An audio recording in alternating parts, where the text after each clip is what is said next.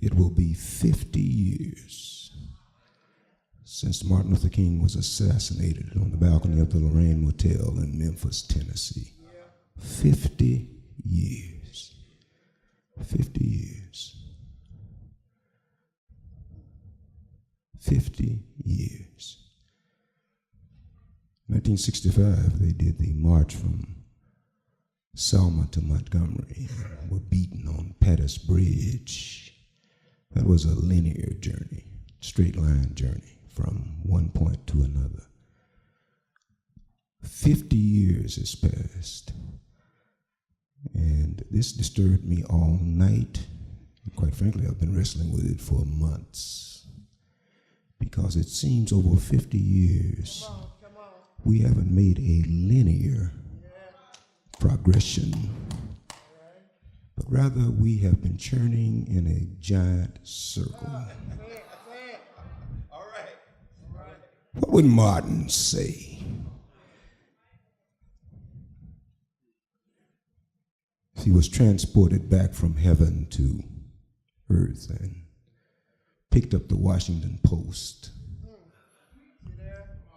and saw our president referring to the lands of your ancestry as shithole nations?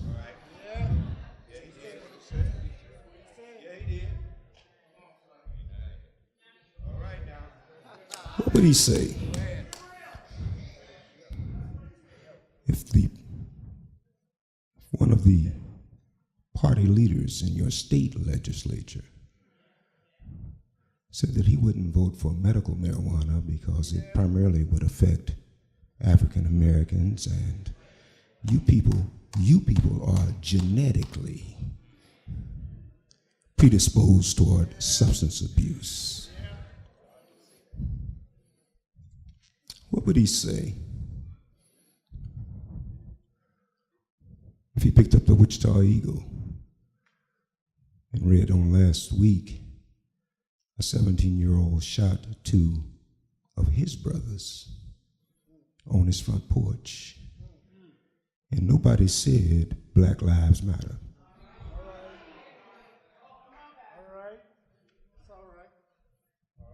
What would he say? What would he say if the murder rates in every urban area of this nation at this point were higher than they have been at any time in history? And they are not police shooting your children. They are brothers killing brothers. And the beat goes on. Haven't missed a Baptist convention, a pastor's anniversary, a chicken strut in 50 years as our people die in the streets. Martin was assassinated exactly 1 year after he preached at a church in New York, the Riverside Church, hard by the Hudson River. Martin preached on that particular conference, Beyond Vietnam, a call to conscience. And he said, how can he be a preacher of nonviolence and not address the violence that this nation perpetuates all over the world? And so he outlined his personal opposition as a man of God, as a man of conscience, to the war in Vietnam. And everything we've learned since validates everything he said. So what would he say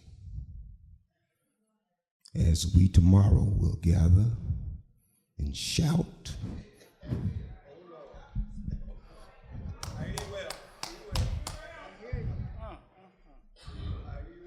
and all of us will come together, Baptists and Holiness and Methodists and Kojics, and we'll pretend that we can stand each other for a couple of hours.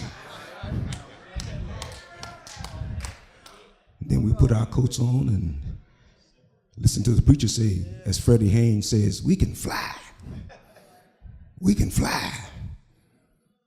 And then we'll pronounce the benediction and we'll all walk home. Say, preach, Pastor. Thank God for Donald Trump.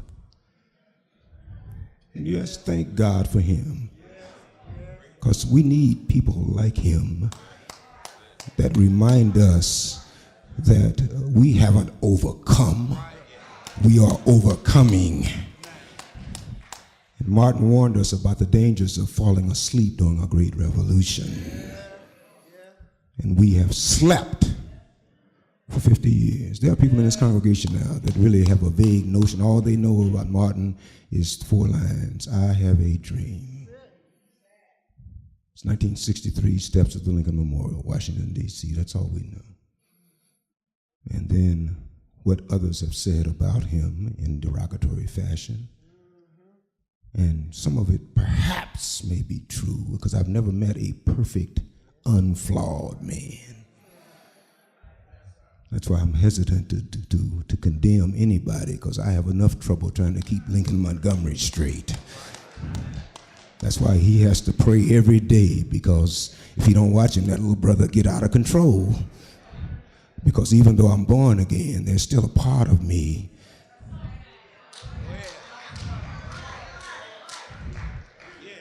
That's the part that you read about in the Corinthian text that Darrell just read. That says that there's that old part of you. You know him? You know him, Brother Moore? You know, he's the one that you just leave church and done shouted your lungs out. And as soon as somebody cuts you off, something wells up in your lips to get ready to tell them something from your past. Y'all gonna help me or watch me today?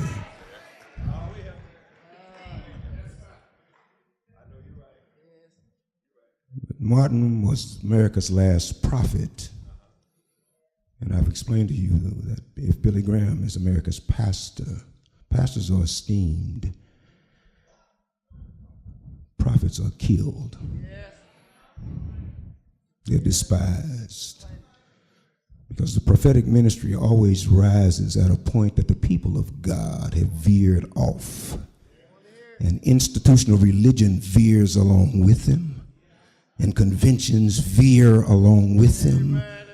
And then governments and people get into governments by claiming God's name, doing ungodly things, and they veer along with them. And so God says, y'all think I'm crazy or I'm blind.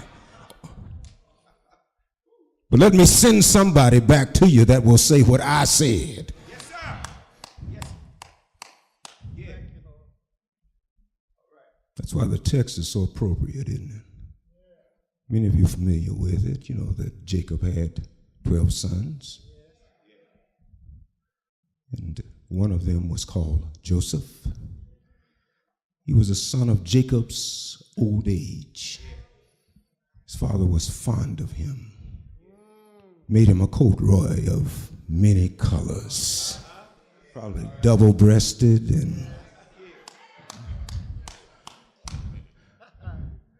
and his brothers didn't care for him at all,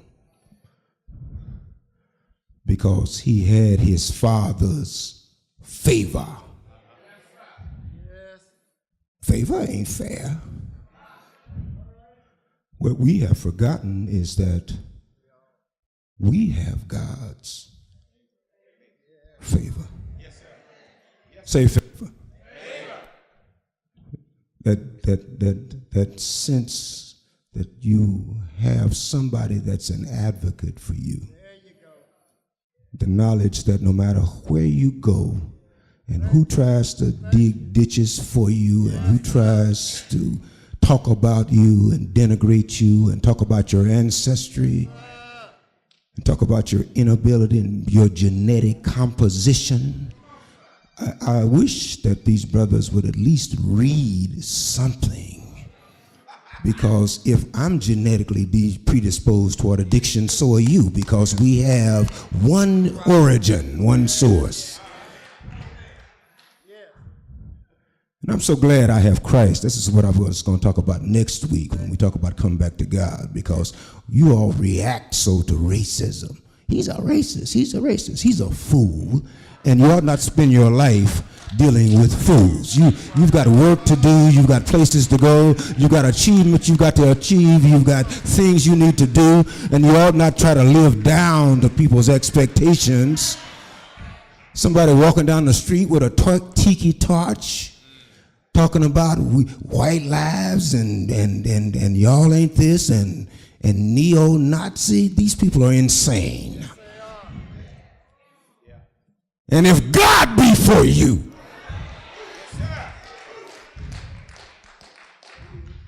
spend your life not living down to their expectations, but do all that you do, as the word says, unto the glory of God.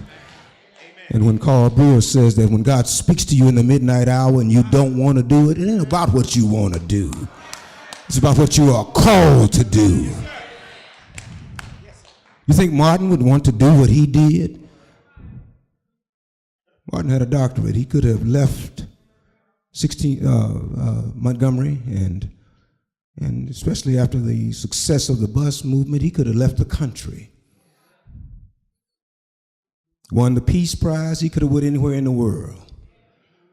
But he dedicated the prize itself, his life, and ultimately all his being to the mission God had called him to do. In the text this morning, Joseph goes to seek his brothers, sent by his father. Sent by his father. Goes to Dura, and they see him coming. Perhaps it was because they recognized the coat of many colors. And he comes to them. This is the conversation that they're having while he's yet afar off. One daddy, 4 mothers. They are his brothers. And some of y'all be careful about who you call brother. Yes, sir. But sometimes your brothers are the ones that intend to do you most harm. At this particular time in this country, we have lost the sense of brotherhood. Remember when we used to give it lip service? Even if we never put it into practice, we'd at least talk about it as the potential. But now we don't even talk about it any longer. This was his brother. And as he approaches them, I'm curious. We read the text. They said, let's kill him.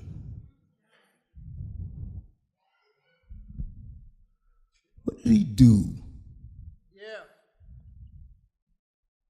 What did he do that deserved capital punishment? Yeah. Well, what did he do? What was so offensive? Was he a pedophile? No, he could run for Senate.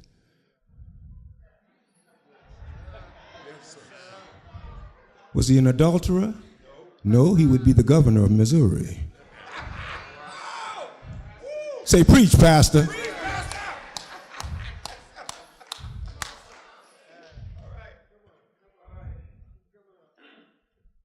Was he a brother who would say one thing and then lie about it and make everybody in the room say that y'all didn't hear what y'all said I said? No, then he'd be sitting in the Oval Office. What did he do that was so offensive that his brothers wanted to kill him? Must have had a blue rag around his head in red territory. Say, preach, Pastor.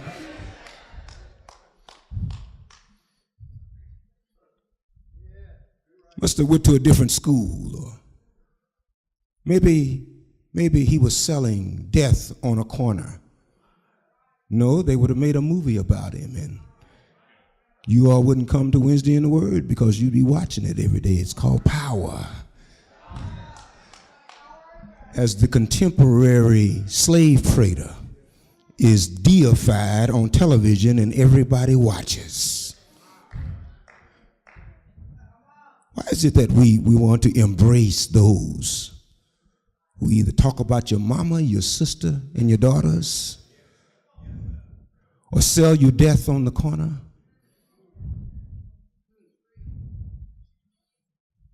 What did he do? He dreamed.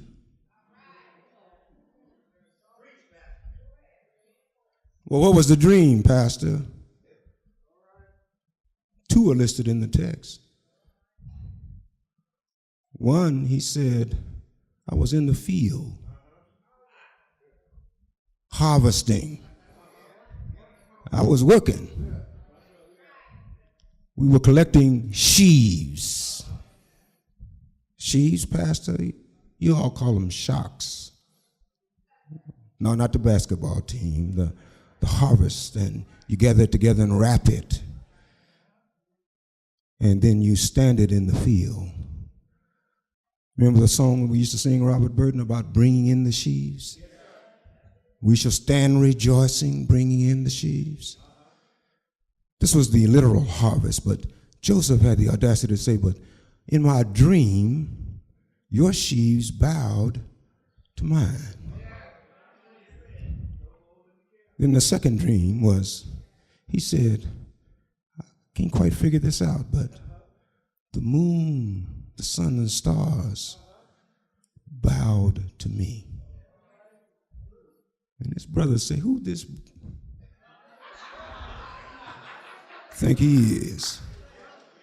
You laughed, and I didn't even say it because you say it all the time. Because that's why we affirm these young people on Sunday morning, because now we edify mediocrity and ignorance. Come on, say, preach, Pastor. Now, wrong is right. Come on, help me, somebody here. Now, if I live ignorantly, I am applauded. I'm called a comedian. I'm saying, I'm told that that's funny. Wrong is right. Right is wrong.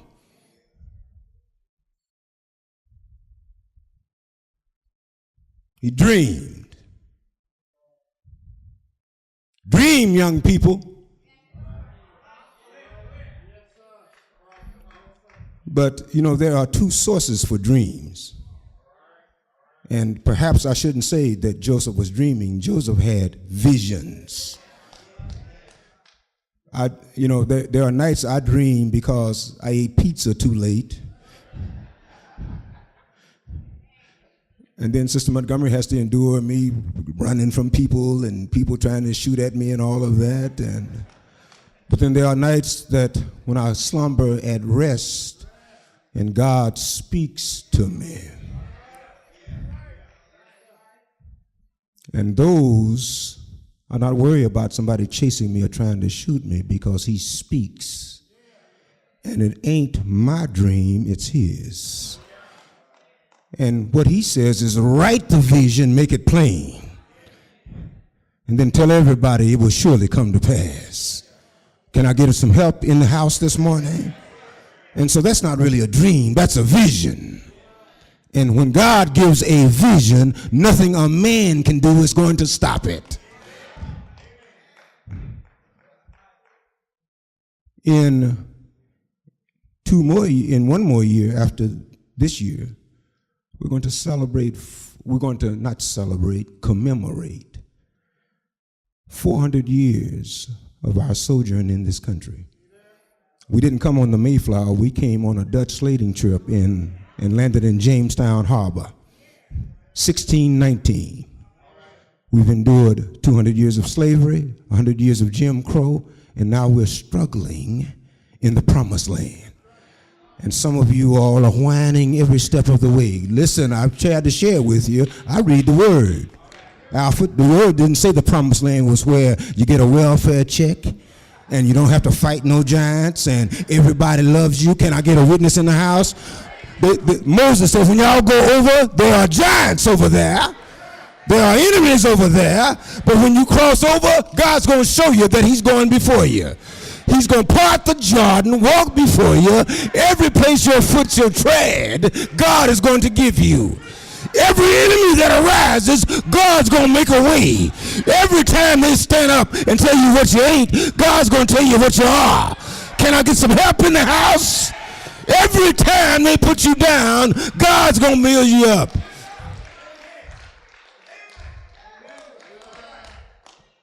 Dream, young people.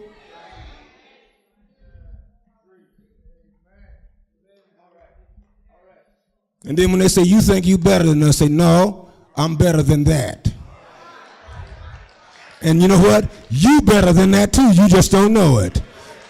So part of my dream is I'm going to learn enough so I can tell you what you really are. That you're not what they say you are.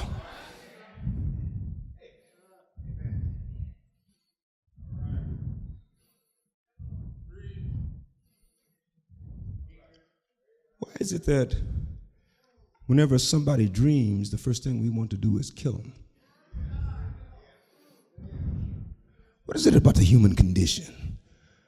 That's why y'all need to quit telling each other, he's a good boy, but. Because ain't none of us good. That's why Jesus came. Because we were not just bad, we were lost.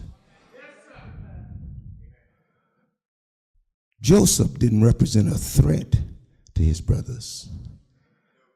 In the divine plan of God, Joseph is going to be their agent of redemption. And it's fascinating to see the godliness of God, because only God can take the diabolical threats of your brothers, take their threats and plans, their attempts to kill. Only God can watch as they throw you in the cistern and then declare that you're dead and then sell you into slavery. And then God uses you to redeem them in their moment of absolute desperation.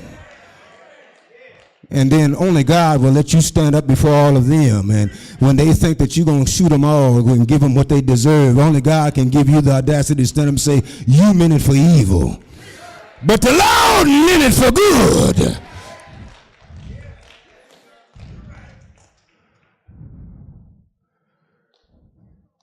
The dream in the text is like the dreamer we commemorate today. Remember what they said? Remember what they said? They say, let's kill him and see what happens to his dreams. Remember this, Tabernacle. You can kill dreamers. You can't kill dreams. Because as I said, this ain't a dream, it's a vision. Visions come from God. The only way you're going to kill the vision is to kill God. And y'all done tried that already. Can I get a witness in the house? It didn't work then, Roy. It ain't gonna work anymore either. Because you put him down on Friday, and then well, come on, help me somebody here. And then you wait all night Friday and all day Saturday, all night Saturday night, but early Sunday morning. And he don't just get up. He gets up with all power in his hand. And the blood that was shed that you thought was going to be the blood of condemnation becomes the blood of redemption.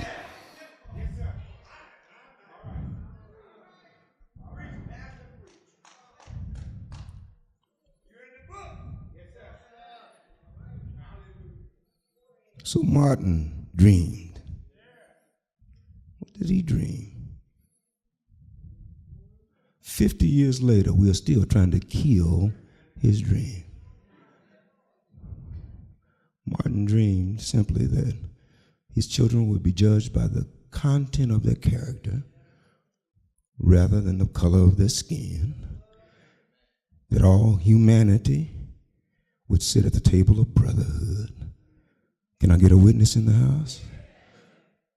And that seemed to be such a frightening prospect to the ignorant portion of this population that they began to plot to kill him. Others saw him growing because he wasn't just a Negro leader.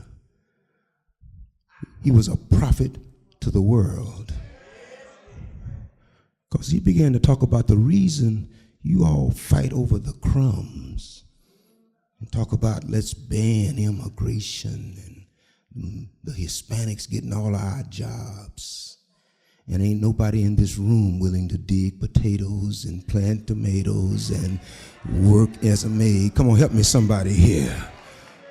But the problem Martin began to see it is that 90% of the wealth of the country is in the hands of 5% of the population. And so they keep you diverted by making you fight against each other. As this tax thing that they just passed, it's not designed to help you.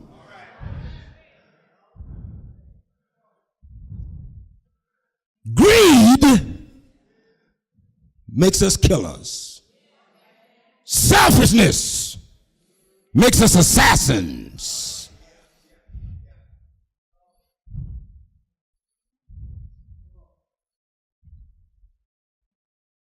Let's see what will happen. I'm sorry, it's the playoffs. One of the members said, Pastor, how come you say that? You got to go home and watch the game? I said, no, half the church is trying to get home and watch the game. And so,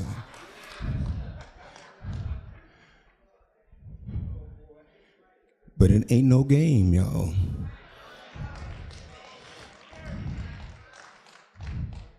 Martin says, I see something, and we talked about it when I was in seminary, and I wonder if it's possible to see it come to pass. Can we create the beloved community? The beloved community? Some say beloved community. What's that, Pastor? That's the place where you don't ask stupid questions, especially when you got blood on your hands. You don't say, am I my brother's keeper? Now, the irony of that text is at two levels. The man who said it had killed his brother. Y'all feeling me? Second level was that he was his brother. How can you not be your brother's keeper?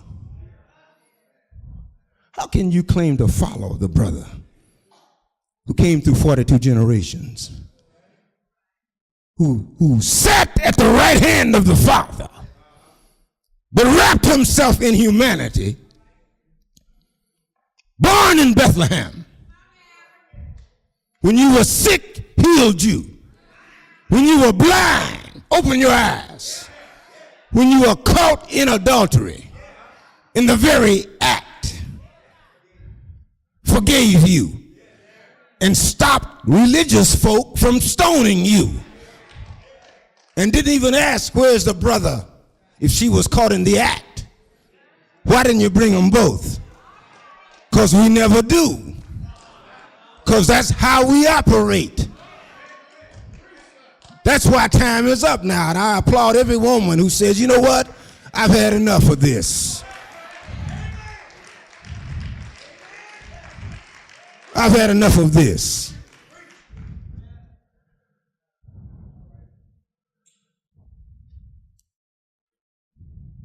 The beloved community, where we know that we are our brother's keeper because he's our brother.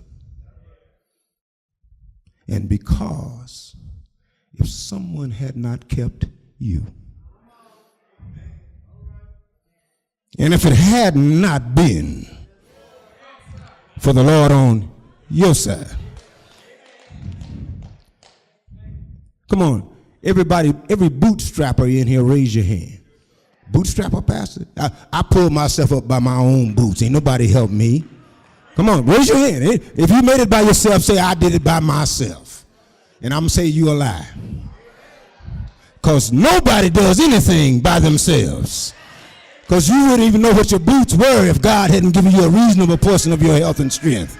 If God hadn't made a way for you, if God hadn't found you, brought you through, come to you in the midnight hour, forgiven you when you were wrong, blessed you in spite of yourself.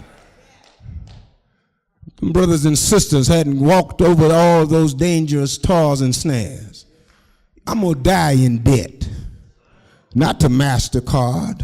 I'm going to die in debt to my grandmas and my grandmothers and my great-grandfather. I'm going to die in debt to Wilson Montgomery, who had a trait, a skill that allowed him as a slave to earn pennies and nickels and quarters, to buy himself out of slavery, to go back and buy my great-grandmother Harriet out of slavery, and then to build his own business until the fact that he could buy land.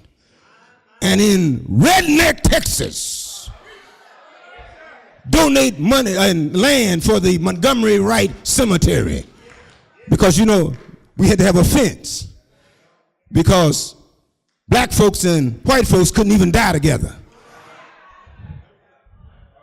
I wish somebody had read them a story and told them that there is no such thing as a black and white heaven. That no matter where you exit from, we are headed to the same place. But you better be careful, because if you let hate down here separate you, hate might keep you from your destination as well. Because everybody that talks about heaven ain't going there. Can I get a witness in the house today? Y'all forgive me, I'm going to close. I'm sorry. But in the beloved community, we recognize that all humanity is made in the image of God. And all of humanity is worthy of dignity and respect. Martin Luther King described it as this place where it's a mutually cooperative voluntary venture in which we are not denominations and segregations, but we are all part of an interrelated community where the agony of the poor and the impoverished becomes the impoverishment of the rich, where the betterment of the poor enriches the rich. And I'm closing now. But I want to know what happens to the dream. Well, let me tell y'all something. It looks bad now. But the Spirit of God is moving right now. Come on, help me, somebody here. Yeah, he is. He's moving right now. That's why I say thank God for Donald Trump, because God uses people like that.